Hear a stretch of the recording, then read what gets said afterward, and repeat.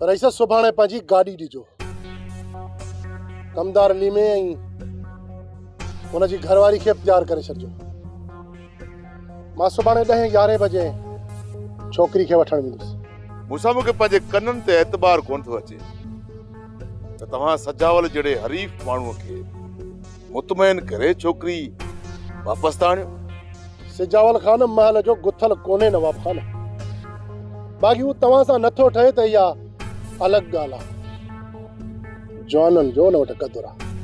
मूंसां तूं चईं थो त खणी मञा थो, पर यार सिजावल बेपीरो खपुर अथई, कंहिं वक़्तु बि डंग हणी सघे थो।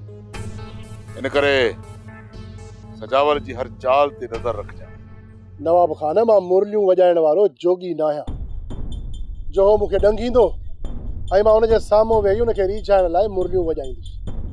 मां मूसा आहियां, मूसा, जंहिंखे तव्हां मौत बि चई सघो था।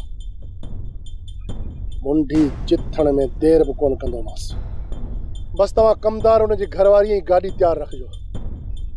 सुभाणे मां छोकिरी खे वठी ईंदुसि।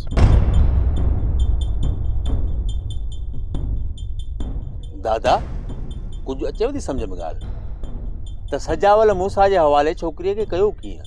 इन जे पोयां कान का सजावल जी चाल ज़रूर हूंदी।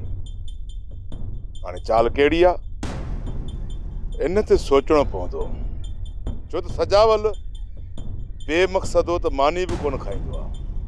त पोइ मूसा जी हर दावतूं कीअं थो करे? इहो ई मक़सदु हूंदसि त मूसा खे अॻिते हली असांजे ख़िलाफ़ इस्तेमालु कंदो। असां विच में लठ बाठे जी रांदि त हलंदी थी रहे, हू मूसा खे हिन विच में ज़ाया न कंदो। कंहिं वॾे मक़सद जे लाइ मूसा खे इस्तेमालु कंदो। छोकिरीअ जे वापसि अचण ताईं असांखे मूसा जे हर क़दम ते नज़र रखणी पवंदी। सोप सीरियल तकरार तमाम एपिसोड ॾिसो हाणे HD क्वालिटी में। विजिट कयो असांजो YouTube channel Sindh TV HD drama.